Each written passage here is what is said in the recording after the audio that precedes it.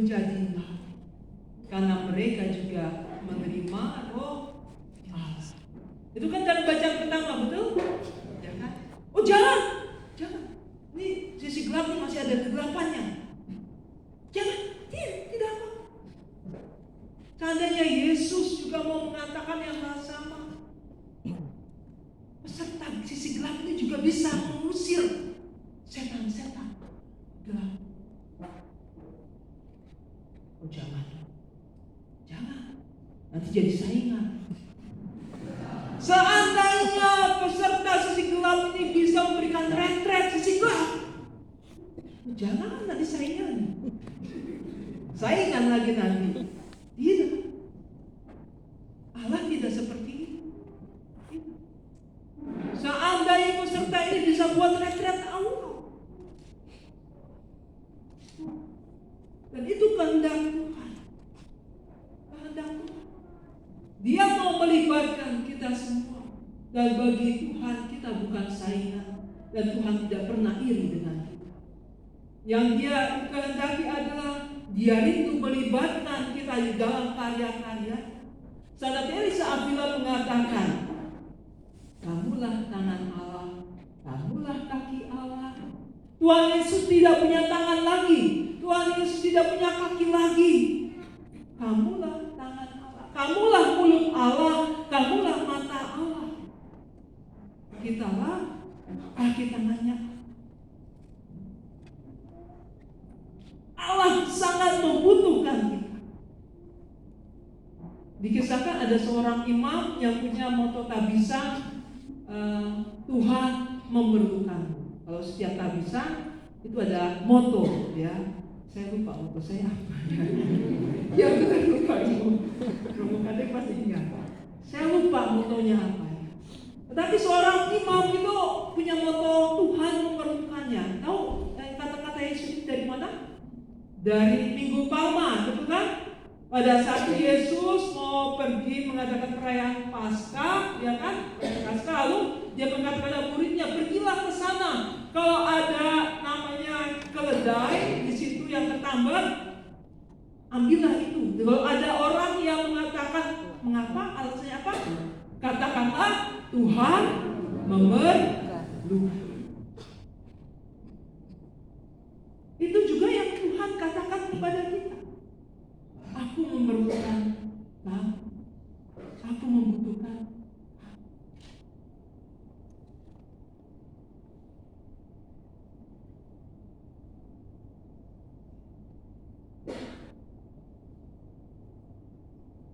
Lalu apa jawaban? Harus. Jangan. Tidak. Allah membutuhkan kita untuk terlibat di dalam karyanya, bukan karena dia kurang sempurna, bukan karena dia tidak bisa menolong dirinya sendiri, tidak. Karena dia mencintai kita. Ketika orang mencintai orang lain, dia tidak akan memperdaya orang itu, tetapi dia akan memberdayakan.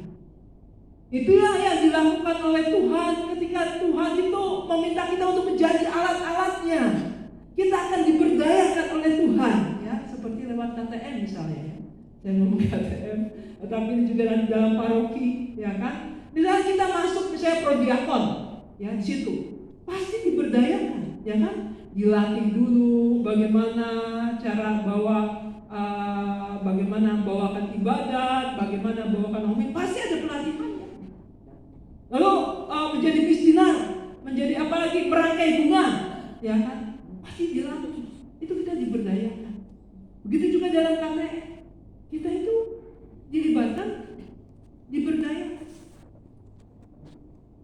Saya masih ingat ketika saya dalam kuliah itu, ya, kan main bola gitu, ya, olahraga. Saya itu kok gak bisa masuk gitu, ya. Gak pernah itu, maksudnya saya ini selalu menjadi cadangan, ya, jadi cadangan. Aduh, saya pikir kapan saya dipilih, ya. Tetapi pada suatu ketika, ayo semuanya masuk tim ini. Lalu apa yang dilakukan? Nih, kamu kalau kalau misalnya bawa bola, ini dribblenya kayak gini, nanti syutingnya begini, nanti passingnya gini, ya kan? Ayo kamu kalau tendang bola, bolanya ditendang, jangan kaki orang ditendang. Dilatih, dibina, diberdayakan. Demikian juga kalau kita ikut Tuhan, itu diberdayakan. Nah, tadi kan ada pertanyaan, bagaimana sesudah dari sini? Gitu kan ya Carlos. Ya. Jadi alat Tuhan. Ya. Jadi alat Tuhan. Jangan jadi alat tadi sisi gelap saya. Tidak. Kita memang perlu mengakui sisi gelap kita. Tetapi yang buruk juga ya. Tetapi tubuh kita jangan kita gunakan untuk jadi alat sisi gelap yang buruk. Tidak.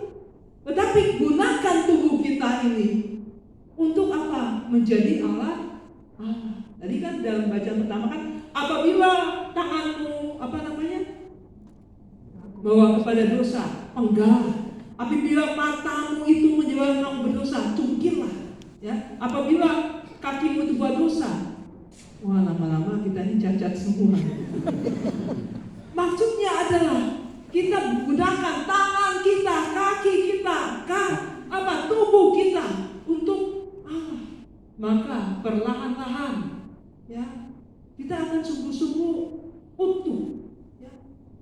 Keterpecahan kita ini diberdayakan oleh Tuhan, dimurnikan oleh Tuhan, ya, sehingga kita tidak dikuasai oleh sisi gelap kita, ya.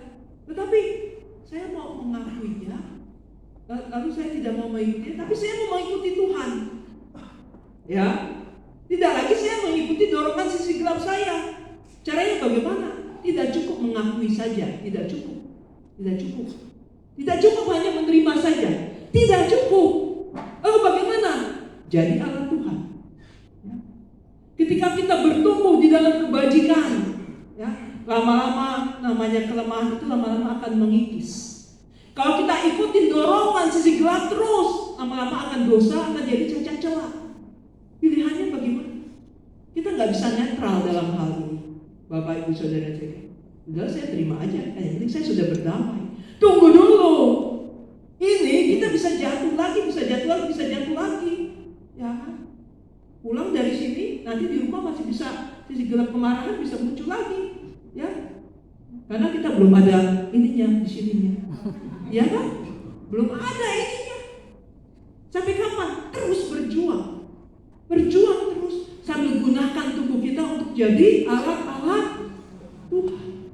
Inilah penyembuhan yang terus-menerus yang harus kita lakukan sepanjang kehidupan kita. Penting retret ini pada hari ini kita mengakui kita punya sisi gelap, tetapi tidak cukup. Penting kita berdamai, tapi tidak cukup. Kita perlu arahkan seluruh diri kita, pikiran kita ini, tangan kita, mulut kita untuk Tuhan. Kalau kita pandai bicara, ya, gunakan kepintaran kita ini untuk mewartakan sabda Tuhan. Gunakan untuk memuji Tuhan.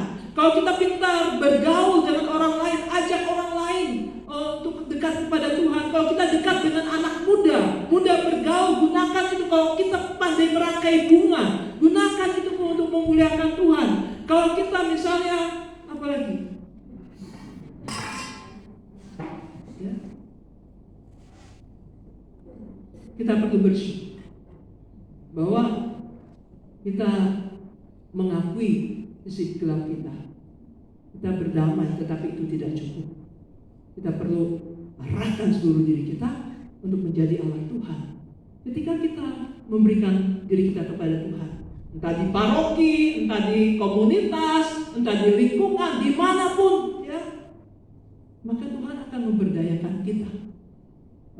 Keterpecahan kita itu akan lambat laun diutuhkan oleh Tuhan. Karena Tuhan tidak pernah memperdayakan kita, tetapi Dia akan memberdayakan kita. Seandainya para peserta retret sisi gelap ini menjadi nabi. Seandainya peserta sisi gelap ini aktif di gereja, seandainya aktif di lingkungan, maka kita semua benar-benar akan diutuhkan menjadi manusia utuh, bertumbuh menjadi manusia yang sempurna. Tuhan Yesus memberkati.